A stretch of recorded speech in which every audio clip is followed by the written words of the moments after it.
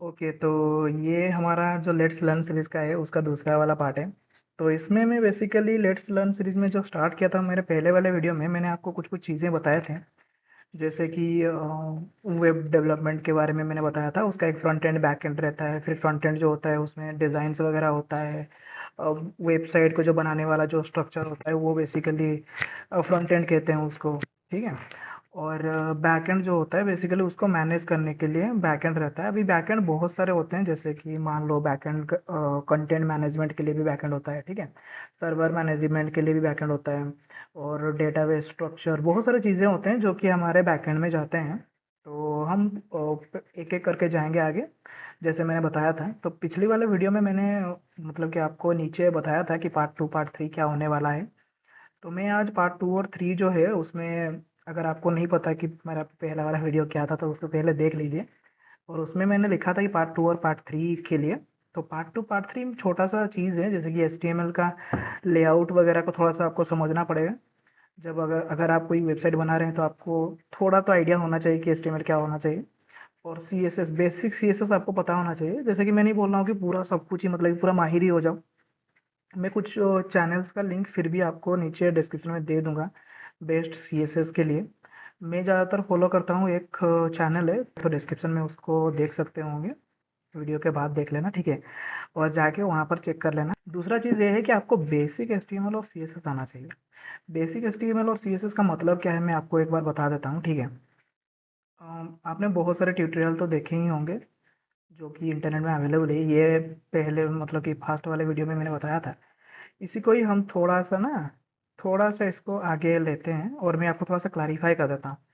क्योंकि कुछ कुछ चीज़ें हैं, जैसे कि हम टेलविंड में आने से पहले ये थोड़ा सा फ्रंट एंड का जो सीन है उसको ना, तो ये जो फ्रंट एंड का है उसमें मैं बेसिकली आज का जो वीडियो है उसमें आपको HTML और CSS के बारे में थोड़ा सा बताऊंगा।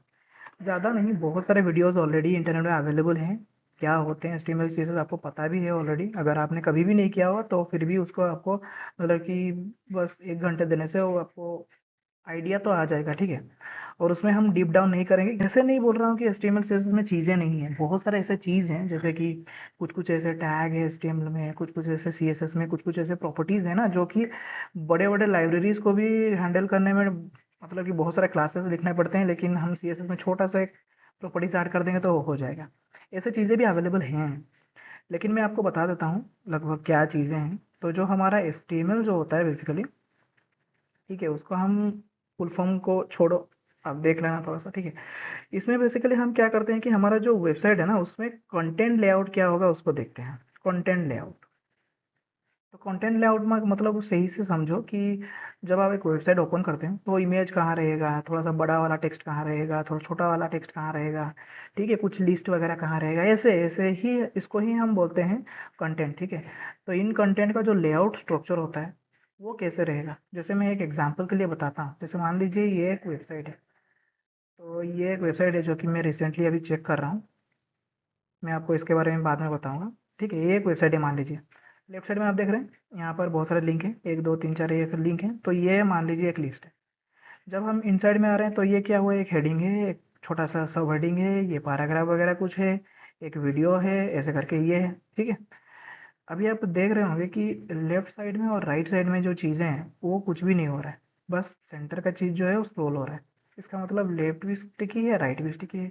और राइट साइड में ये देख रहे हैं सर्च बार, ये जो चीज़ें हैं ना, तो इसको कैसे हम स्ट्रक्चराइज कर, कोई भी वेबसाइट में आप देखो ऊपर में एक नेविगेशन बार होगा, कुछ इमेजेस वगैरह होगा, कुछ टेक्स्ट वगैरह होगा।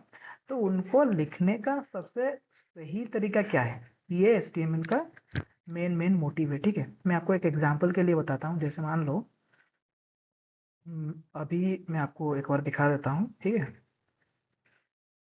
तो हम एक छोटा सा लेट्स लर्न सीरीज का वीडियो 1, ठीक है, हम एक नया वाला कर देते हैं। यहाँ पर हमारा लेट्स लर्न वीडियो 2, ठीक है। और इसमें मैं एक इंडेक्स बना देता हूँ, index.html, सिंपल सी बात है। और मैं इसको कर देता हूँ क्लोज। मुझे क्लीन अच्छा लगता है, आप चाहे तो आपके हिसाब से चीज़ों को इधर उधर कर सकते हैं, कोई दिक्कत वाली बात नहीं है। मैं अगर शिफ्ट करके एक्सक्लामेटरी मार्क देता हूँ तो ये एक लेआउट होता है जो कि VS कोड में ऑटोमेटिकली आता है, आपको कुछ दिक्कत वाली बात नहीं होगी। ऐसे बहुत सारे चीज़ें हैं जो कि बाय डिफ़ॉल्ट देता है। अभी के लिए मैं एक्सक्लेमेटरी मार्क यूज़ करूँगा, बॉयलर प्लेट हमारा आ गया है, ठीक है। तो ये एक एचटीएमएल का बेसिक बॉयलर प्लेट होता है। उसमें जो हम टाइटल देते हैं वो अबव में रहता है, जैसे कि मान लीजिए ये मेरा वेबसाइट करके मैंने लिखा, और इसके अंदर क्या क्या रह सकता है, ये चीज़ को आपको थोड़ा सा ध्यान में रखना पड़ेगा। जैसे कि मान लीजिए मैं सबसे पहले आपको नैवबार जो चीज़ है वो सबसे पहला रहता है। ऐसा नहीं है कि वो हो ही हो, लेकिन उसको सबसे आगे रखते हैं। फिर बैनर सेक्शन आप रख सकते हैं, ठीक है। फिर उसके बाद आपका जो भी सेक्शंस वगैरह है, मेन कंटेंट सेक्शन जो भी है, उसको आप रख सकते हैं, ठीक है। फिर जब आपका ये कंप्लीट हो जाए, फिर आप फूटर सेक्शन रख सकते हैं। तो ये जो चीज़ें हैं, मतलब कि जैसे मैंने इसको स्ट्रक्चराइज किया कि कौन सी चीज़ किसके बाद में बनाने वाला हूँ, इसको ही हम कहते हैं एचटीएमएल में लेआउट बनाना। आपको सोचना पड़ेगा कि कौन कौन सी चीज़ कहाँ कहाँ पर रहेगा, और उसी हिसाब से एक एक सेक्शन बनाना पड़ेगा। नेम कन्वेंशन कुछ भी नहीं है। अगर प्रॉपर नेमिंग कन्वेंशन दे रहे हो तो बहुत अच्छा है, ब्राउज़र थोड़ा सा उसको अच्छे से रिकॉग्नाइज करेगा। लेकिन ऐसे कोई मतलब कि इम्पोर्टेंस नहीं है कि आपको नेमिंग कन्वेंशन मतलब कि फॉलो करना ही पड़ेगा, ऐसे कुछ चीज़ें नहीं है। आप मतलब कि हर सेक्शन के लिए चाहे तो आप डी भी यूज़ कर सकते हैं, सिंपल सी बात है, हर सेक्शन के लिए डी भी यूज़ कर दीजिए। या फिर आप चाहे तो आपको अगर थोड़ा सा मतलब कि पता है, तो आप चाहे तो हेडर के लिए हेडर टैग यूज़ कर सकते हैं, हेडर करके टैग होता है, ठीक है। बैनर या फिर किसी भी सेक्शन अगर जब बना रहे हैं तो आप एक सेक्शन टैग यूज़ कर लीजिए। अगर कंटेंट वगैरह कभी बना रहे हैं तो उसके लिए आप मेन टैग यूज़ कर लीजिए, फुटर के लिए फुटर टैग यूज़ कर लीजिए। तो इससे क्या होता है कि आपका एक लेआउट जो होता है वो पूरा पूरा रेडी हो जाता है। मैंने आपको वेब कंटेंट बताया है, इसमें 3-4 तरीके की कंटेंट आपको थोड़ा सा देखना पड़ेगा। जैसे कि टेक्सचुअल कंटेंट तो एक होता है, टेक्सचुअल कंटेंट होता है, ठीक है। दूसरा होता है आपका इमेजेस वगैरह रहता है, जिसको हम इमेजेस या फिर ग्राफिक्स कह सकते हैं। इसमें सिर्फ इमेजेस नहीं जाते, एसवीजी वगैरह जाता है, बहुत सारी चीज़ जाते हैं, ठीक है। फिर अगर तीसरा हम देख लें तो यहाँ पर वीडियो ऑडियो, ये मल्टीमीडिया का केस हो गया, वीडियो ऑडियो का सीन है जो है वो भी जाता है। और फोर्थ जो एलिमेंट होता है जो इंटरेक्शन के लिए यूज होता है वो फेयर फॉर्म एलिमेंट रहता है, मतलब कि कुछ इनपुट फील्ड रहते हैं, जैसे आप चाहे तो उनको यूज कर सकते हैं, ठीक है। ये शायद आपको नहीं दिख रहा होगा, तो ये मैं आपको अभी दिखाता हूँ, ये देखिए, ठीक है। तो ये देखिए, ये जो चीज़ें हैं जैसे कि textual content, image, graphics, video, audio, जो चीज़ें, इस तरीके के 4 डिफरेंट टाइप का जो कंटेंट होता है वो अवेलेबल रहते हैं ज़्यादातर हमारे वेबसाइट में। और उनको बनाने के लिए सिंपल सिंपल कुछ कुछ टैग्स होते हैं, आप उनको यूज़ कर सकते हैं। उसको छोड़ के कुछ ऐसे भी टैग्स होते हैं जो कि हमें प्रोडक्टिविटी मतलब कि थोड़ा सा अच्छा करता है, जैसे कि लिंकिंग वगैरह अगर आपको कुछ करना हो तो उसके लिए एंकर टैग यूज़ होता है। अगर मान लो आप कभी पॉपअप वगैरह कर रहे हैं तो अभी नया कुछ डायलॉग वगैरह आ गया है, ऐसे कुछ, तो ऐसे टैग को आप थोड़ा सा देख लीजिएगा। ये होता है एचटीएमएल स्ट्रक्चर, ठीक है। जब हम एचटीएमएल स्ट्रक्चर बनाते हैं तो उसमें हमें ऐसे चीज़ मिल जाता है, जैसे मैं अगर इसको थोड़ा सा लाइव ओपन कर देता हूँ तो ऊपर हमारा टाइटल आ जाएगा, जैसे लिखा है। इसके अंदर हमारा कुछ भी नहीं आ रहा है अभी, क्यों? क्योंकि हमने कुछ डाला ही नहीं, हेडर के अंदर कुछ नहीं डाला, सेक्शन के अंदर कुछ नहीं डाला, लेकिन हम डाल सकते हैं। जैसे मान लीजिए एग्जांपल के लिए मैं हेडर के साथ एक nav बार डाल रहा हूँ। nav यूज़ होता है नेविगेशन के लिए, तो मैं उसमें डाल देता हूँ, लेट्स से कुछ मेरा हाइपरलिंक डाल देता हूँ। एक लोगो के लिए हम लोगो डाल देंगे, लेट्स से एक एंकर टैग, और इसमें मैं लिख देता हूँ लोगो, एक लोगो के लिए रहेगा। फिर जो हमारा बैनर सेक्शन रहेगा उसमें मैं एक इमेज डाल देता हूँ, और एसआरसी में मुझे पता है कि HTTPS करके यूज़ होता है। तो आप अगर प्लेस होल्ड डॉट पीओ करते हैं ना तो आपको एक पूरा पूरा मिल जाता है, 1290 प्लस लेट्स से 500, ऐसे आप पिक्सल्स में कुछ दे सकते हैं। एक डॉमी इमेज के लिए होता है, यूज़ होता है बेसिकली। फिर पैराग्राफ एक लिख लेते हैं यहाँ पर, let's say welcome to our website, कुछ भी, and this is not a sample text, मैं यहाँ पर लिख लेता हूँ। लोरेम करके एक होता है, अगर आप यूज़ कर रहे हैं VS कोड तो आप लोरेम टेक्स्ट मतलब कि एक सैम्पल टेक्स्ट यहाँ से लिख सकते हैं। और फुटर में मैं नॉर्मली फुटर डाल देता हूँ। तो ये हो गया हमारा सेट, इसको ही हम बोलते हैं लेआउटिंग। कुछ डिज़ाइन नहीं, कुछ नहीं, बस आपको चीज़ों को थोड़ा सा सही से देखना पड़ेगा। इमेजेस में कुछ एट्रीब्यूट वगैरह ज़्यादा रहते हैं, आप चाहे तो उसको देख सकते हैं, सीख सकते हैं। जैसे मैं विड्थ को यहाँ पर अगर 100% कर देता हूँ तो वो ऑटोमेटिकली 100% आ जाएगा। दूसरा चीज़ जो मैंने आपको बताया वो होता है CSS। ठीक है, वो होता है CSS। तो CSS क्या होता है, अभी CSS के बारे में मैं आपको थोड़ा सा बता देता हूँ। जैसे अगर मैं CSS के बारे में बताऊँ, ये बेसिकली डिज़ाइन के लिए होता है कि किसी भी पर्टिकुलर कंटेंट को, जैसे इमेज हो गया या फिर टेक्स्ट हो गया, ठीक है, उनको साइज, प्रॉपर साइज देना, उनको उनके लिए साइज देना, या फिर मान लो उनका कलर वगैरह कुछ चेंज करना हो गया, बॉर्डर वगैरह कुछ देना हो गया, ठीक है, बैकग्राउंड वगैरह कुछ देना हो गया, ऐसे बहुत सारी चीज़ें होते हैं। जैसे यूज़ कर रहे हैं तो उसमें कुछ सिलेक्टर रहता है, कुछ कुछ सिलेक्टर जो यूज़ होते हैं, जैसे कि हैज़ यूज़ होता है आईडी के लिए, डॉट यूज़ होता है क्लास के लिए, ठीक है, और ऐसे भी होते हैं डायरेक्टली टैग यूज़ होता है। अगर आप डायरेक्टली टैग यूज़ करना चाहते हैं तो वो हो सकता है, उसमें आप प्रॉपर्टीज़ वगैरह दे सकते हैं। और इसमें इस तरीके से रहता है कि आपको एक कर्ली ब्रैकेट के अंदर लिखना पड़ेगा जो भी लिखना है, जो भी प्रॉपर्टीज़ आपको लिखना है उसको आप इस तरीके से लिख सकते हैं। प्रॉपर्टीज़, आपका जो भी पर्टिकुलर सिलेक्शन होगा, ये सिलेक्शन फॉर्मेट, जो भी सिलेक्शन फॉर्मेट होगा, फिर कर्ली ब्रैकेट के अंदर आपका जो भी डिज़ाइन है उसको आप लिख सकते हैं, जो भी प्रॉपर्टीज़ आपको डालना है। इसका है इतना ही फॉर्मेट है। आज के टाइम में यूज़ होते हैं, रेस्पॉन्सिव कॉन्सेप्ट के लिए यूज़ होता है, हर डिवाइस में अलग अलग दिखे उसके लिए यूज़ होता है। एनिमेशन इफेक्ट वगैरह के लिए यूज़ होता है। अभी एनिमेशन इफेक्ट का मतलब क्या है, मतलब कि कुछ लोड होने में, जैसे मैं एक एग्जांपल दिखा था, मान लो मैं एक दूसरा पेज डाल क्लिक कर रहा हूँ, देख रहा हूँ, देख रहा है कैसे आ रहा है, एक स्वाइप करके लोड हो रहा है। तो इन चीज़ों को हम कर सकते हैं CSS के थ्रू। मैं एक यहाँ से एक CSS फाइल बना देता हूँ, style.css, और CSS के लिए आपको CSS फाइल बनाना ही पड़ेगा। मैं इसको थोड़ा सा राइट हैंड साइड में ओपन कर लेता हूँ, ठीक है, और उसको मैं यहाँ पर कनेक्ट कर दूंगा। कनेक्ट करने के लिए आपको यूज़ करना पड़ेगा लिंक CSS, और ये जो मतलब कि पाथ है ना, आप सही से देना थोड़ा सा। तो मैं यहाँ पर style.css लिख दिया हूँ। यहाँ पर मैं जो भी अभी डिज़ाइन करूँगा वो डायरेक्टली यहाँ पर अवेलेबल होगा। जैसे मान लो मैं सबसे सिंपल से बात बताता हूँ, यहाँ पर हमने विड्थ दिया था 100, मैं इसको काट देता हूँ।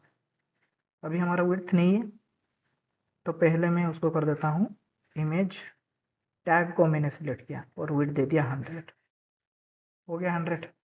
सिंपल, इजी है। वैसे ही मान लो ये जो नेविगेशन बार है, ठीक है, हम नेविगेशन बार को सिलेक्ट करेंगे, ये एक टैग है, तो हम क्या करेंगे, एक, और ऐसे नहीं कि इसमें कुछ सीक्वेंस है, कभी भी लिख सकते हैं, बिगिनिंग में लिखो, लास्ट में लिखो, मिडिल में लिखो, it is depends completely on you, how exactly you want to write, ठीक है। जैसे कि नेविगेशन बार हो गया, मैंने किया इसको डिस्प्ले, लेट्स से फ्लेक्स कर दिया, इसको फ्लेक्स कर दिया, मतलब क्या होगा कि ये साइड बाई साइड आएगा, ये जो है ये साइड बाई साइड आएगा अभी।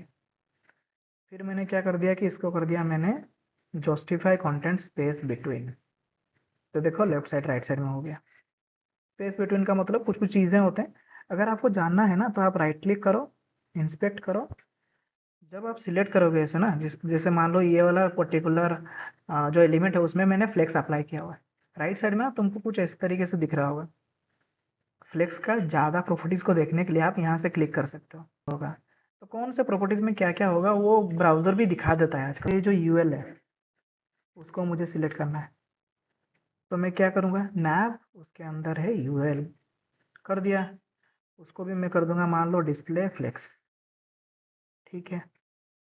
फिर उसको जैसे कि यहाँ पर मुझे दिखा रहा है लिस्ट स्टाइल लोन कर देता हूँ, लिस्ट स्टाइल मतलब उसमें जो लिस्ट आ रहा था वो नहीं आएगा। फिर यहाँ पर दिखा रहा है गैप देने के लिए, मैं भी गैप मतलब कि उसके बीच में कैसे गैप होगा।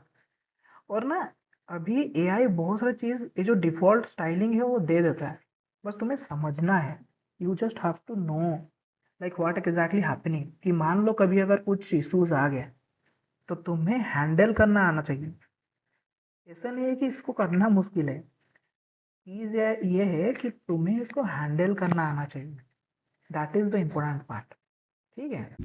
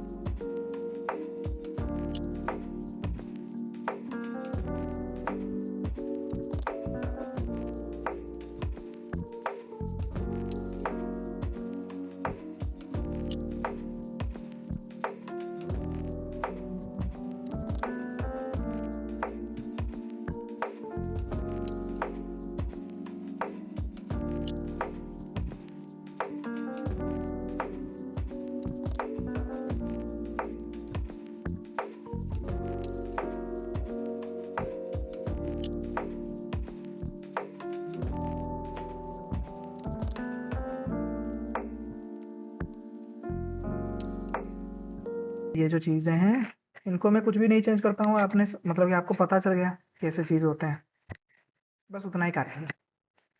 ठीक है, बस यही होता है पूरा HTML CSS, कुछ नहीं और इतना ही होता है। आप HTML में एक लेआउट बनाते हैं और CSS में उसको काम करते हैं, सिंपल सी बात है। और इसी CSS को एडवांस लेवल में ले जाता है बूटस्ट्रैप, उसके एडवांस लेवल में ले जाता है टेलविंड, जो जिसके बारे में मैंने फर्स्ट वाले वीडियो में ही बता दिया था कुछ कुछ। तो आप थोड़ा सा उसको भी चेक कर लेना, और हम नेक्स्ट वाले वीडियो में ना वो टेलविंड को थोड़ा सा आगे अच्छे से जाएंगे, समझेंगे कि एग्जैक्टली क्या क्या बेसिक चीज़ होता है टेलवुड में।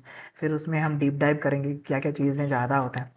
तो पार्ट 2 पार्ट 3 के लिए जो मैंने बताया था वो बस इतना ही है। आपको इतना बेसिक आना चाहिए कि अगर कुछ इश्यूज आ जाए तो उसको हैंडल कर पाओ, बस इतना ही है, और कुछ नहीं। और देखो, फ्रंट एंड का मतलब इतना नहीं होता है। ठीक है, मैं एक बहुत सिंपल सी बात बता देता हूँ, एग्जाम्पल बताता हूँ। मैं फ्रंट एंड के साथ बैक एंड में हूँ, मुझे बैक एंड थोड़ा सा ज़्यादा मतलब ये पता है। तो अगर मैं आपको पिछले वाले वीडियो में मैंने एक बताया था सैमसंग BD करके, ठीक है, जिसको मैंने बनाया था करके आपको बोला था। ये देखो एक वेबसाइट है, कैसा दिख रहा है? अच्छा है, सही है, सिंपल है, गो टू गो है। यहाँ पर कुछ कुछ चीज़ें हैं जो कि थोड़ा सा मॉडर्नाइज है, जैसे कि ये वाला कुछ सेक्शन हो गया, ये वाला। फ्रंट एंड में जो माहिर होते हैं, जो फ्रंट एंड में मतलब कि उनका, अगर आपको थोड़ा सा आइडियाज़ को एक्सप्लोर करना है तो आपको सीखना पड़ेगा कि फ्रंट एंड में कैसे डिज़ाइन बनता है। Think about it. मैं एक एग्जांपल दिखाता हूँ, देखो। बहुत सारे वेबसाइट तो हैं, लेकिन मैं आपको एक एग्जांपल दिखाता हूँ। जैसे मान लो, let's think about a very simple one, very simple. Think about this one. ये मैंने एक बहुत सिंपल सा इमेज आपको दिखाया, बहुत सिंपल सा, देख रहा हूँ। इसमें ज़्यादा कुछ नहीं हुआ है, लेकिन देख रहा हूँ कितने बारीकी से, कितने डिटेल, कितने बेटर वे में ये चीज़ें दिख रहा है। बस यहाँ पर टेक्स्ट है, यहाँ पर कुछ नंबर्स हैं, लेकिन ये जो जब पूरा का पूरा मिल जा रहा है ना, तो ये एक पूरा मतलब कि प्रॉपर जो UX होता है, मतलब कि यूजर एक्सपीरियंस जो होता है, वो दे रहा है। ज़्यादा डिज़ाइन नहीं है इसमें, लेकिन जितना भी है बहुत ही क्लीन, मिनिमलिस्टिक, मिनिमल मिनिमल क्या होता है, मिनिमलिस्टिक करके है, मिनिमलिस्टिक पता नहीं कुछ तो ऐसे है। तो आपको भी उसमें थोड़ा सा ध्यान देना पड़ेगा। रेफरेंसेस को देखिए, पिंटरेस्ट वगैरह में देखिए। मैं आपको ज़्यादा रिकमेंड नहीं करूँगा, एक दो बनाइए एग्जाम्पल के लिए, फिर रियल प्रोजेक्ट में काम करिए। कुछ एक आइडिया सोचिए, उसी आइडिया में काम करिए। क्योंकि जब आप एक रियल प्रोजेक्ट, रियल सिनेरियो में काम करते हैं ना, तभी आपको इश्यूज पता चलता है, तभी आपको पता चलता है कि रियल टाइम में कौन सा प्रॉब्लम आ रहा है। जब तक आप एग्जाम्पल देखेंगे, वीडियो देखेंगे, तब तक नहीं होगा। ठीक है। और दूसरी बात यह है कि अभी देखो, मैं अभी यूज़ कर रहा हूँ ये VS कोड में मैंने प्रीमियम रखा हुआ है। मेरा जो मतलब कि कोपायलट का प्रीमियम रखा हुआ है, और मैं उसको यूज़ करता हूँ। ठीक है। अगर मान लीजिए आपके पास प्रीमियम नहीं है, नहीं हो पा रहा है, तो आप इसमें ब्लैक बॉक्स AI यूज़ करिए, या फिर अभी जो रिसेंटली गूगल का एंटी ग्रेविटी आया है, ठीक है, गूगल का एंटी ग्रेविटी जो आया है उसको यूज़ करिए। उसमें फ्री ऑफ कॉस्ट में वो बहुत सारे मॉडल्स दे रहा है। गूगल जेमिनी का प्रो मॉडल्स वहाँ पर अवेलेबल है, ऐसे साइड में अवेलेबल है। जैसे कि मैं एक एक्सटेंशन में काम कर रहा था, PHP लाइव रीलोड करके, जो मेरा मतलब कि काम कर रहा है, ये पूरा पूरा वाइब कोडिंग में मैंने बनाया हुआ है। देख रहे हो कितने इश्यूज आए हैं, कितने चीज़ें आए हैं, लेकिन अभी ये काम कर रहा है, लाइव रीलोड मेरा काम कर रहा है। मेरा रिक्वायरमेंट था, मैंने बनाया, उस एक्सटेंशन को मैं यूज़ कर रहा हूँ, लेकिन ये पूरा का पूरा वाइब कोडिंग में बना है और एंटी ग्रेविटी में ही बना है। इसमें जो मैंने बताया था कि आपको थोड़ा सा ओवरऑल आइडिया में दूं, तो HTML में आपको सोचना पड़ेगा कि किस तरीके से लेआउट रहता है, कंटेंट किसके बाद क्या रहेंगे, और कौन सा कंटेंट रहने से आपका जो वेबसाइट है वो फास्ट लोड हो, और एक्सपीरियंस जो उसका हो वो बहुत अच्छा हो, क्योंकि यूज़र एक्सपीरियंस बहुत मायने रखता है। एक एग्जाम्पल के बाद बताता हूँ, जैसे कि बहुत सारे ऐसे वेबसाइट्स हैं जिनको ओपन करने में ना थोड़ा सा टाइम लगता है। देखो मैं इसको ओपन करता हूँ, ये रिफ्रेश हो रहा है, थोड़ा सा टाइम लग रहा है। मैं आपको एग्जाम्पल दिखाता हूँ, मैं कभी कभी रखता हूँ, जैसे कि कभी कभी ना मैं रखता हूँ कुछ कुछ एग्जाम्पल। जैसे मान लो, ये देखो मैंने रखा है ओपन सोर्स, ये देखो, फॉर लोडिंग स्पीड, एक वेबसाइट है, लोडिंग स्पीड के लिए मैंने उसको मार्क करके रखा है, देख रहे हो। मैंने क्लिक किया सर्विस में, फाक से ओपन हुआ। वर्क में क्लिक किया, एस से, मतलब कि क्लिक किया ओपन हुआ, बस विद इन ए ब्लिंक। इसको बोलते हैं यूजर एक्सपीरियंस। भाई किसी ने क्लिक किया, उसको फटाक से दिखना चाहिए कि हाँ ये चीजें हैं, आओ देखो, जाओ। और ऐसे बहुत सारे वेबसाइट होते हैं जो डिले होते हैं, स्लो होते हैं, लोड होने में टाइम लगता है। अभी इसमें अगर तुम देखोगे तो तुम्हें लग रहा है कि इसमें ज़्यादा मतलब कि डिज़ाइन वगैरह नहीं हुआ है, लेकिन हुआ है। देखो, इसमें भी डिज़ाइन हुआ है, इसमें भी बहुत सारे डिज़ाइन हुए हैं, बहुत सारे स्ट्रक्चर हुए हैं, लेकिन मिनिमलिस्टिक और जितना चाहिए उतना ही हुआ है। और ऐसे मैं बस ये वाला वेबसाइट नहीं बोल रहा हूँ, बहुत सारे वेबसाइट ऐसे हैं ऐसे बिल्कुल भी नहीं लगता है। तो वैसा ही होना चाहिए वेबसाइट। थोड़ा सा HTML CSS में आप ट्राई करो, मतलब कि आज के दिन और कल के दिन ट्राई करो। फिर संडे को मैं एक अच्छा वाला पूरा टेलविन में एक वेबसाइट हम पूरा बनाएंगे नेक्स्ट वाले वीडियो में और डालेंगे। तो आप उसका भी रेफरेंसेस एक ले लेना। फिर जब हमारा मतलब कि ये टेलविन तक खत्म हो जाएगा ना, मेरा प्लान ये है कि जब हमारा लेट्स लर्न का पहला जो स्टेज है, टेलविन में सीख रहा था इसीलिए आपको समझा दिया, मेरा भी हो गया, ठीक है। HTML CSS मुझे पता था, आप भी थोड़ा सा उसको प्रैक्टिस वगैरह कर लेना, बूटस्ट्रैप को देख लेना, तो आपको भी पता चल जाएगा। ऐसे ही आप इसको सीखते सीखते ना, मैं आपको नेक्स्ट वाले वीडियो में जो है, मैं आपको सिखाऊंगा कि बैकएंड में मैं कैसे काम करता हूँ। मतलब कि PHP कैसे काम करता है, लारावेल कैसे काम करता है, बैकएंड में कैसे काम होता है। फिर आगे आगे हम देखेंगे कि सर्वर मैनेजमेंट कैसे होता है, डेटा मैनेजमेंट कैसे होता है। और मैं जो जो नया चीज़ सीख रहा हूँ उसको भी मैं यहाँ पर इम्प्लीमेंट करता रहूँगा। तो ऐसे ही रहेगा हमारे वीडियोस, बने रहिए। और CSS के बारे में अगर आपको पता जानना है तो मैं लिंक में एक दो कुछ चैनल का लिंक दे दूँगा, देख लीजिएगा। Thank you.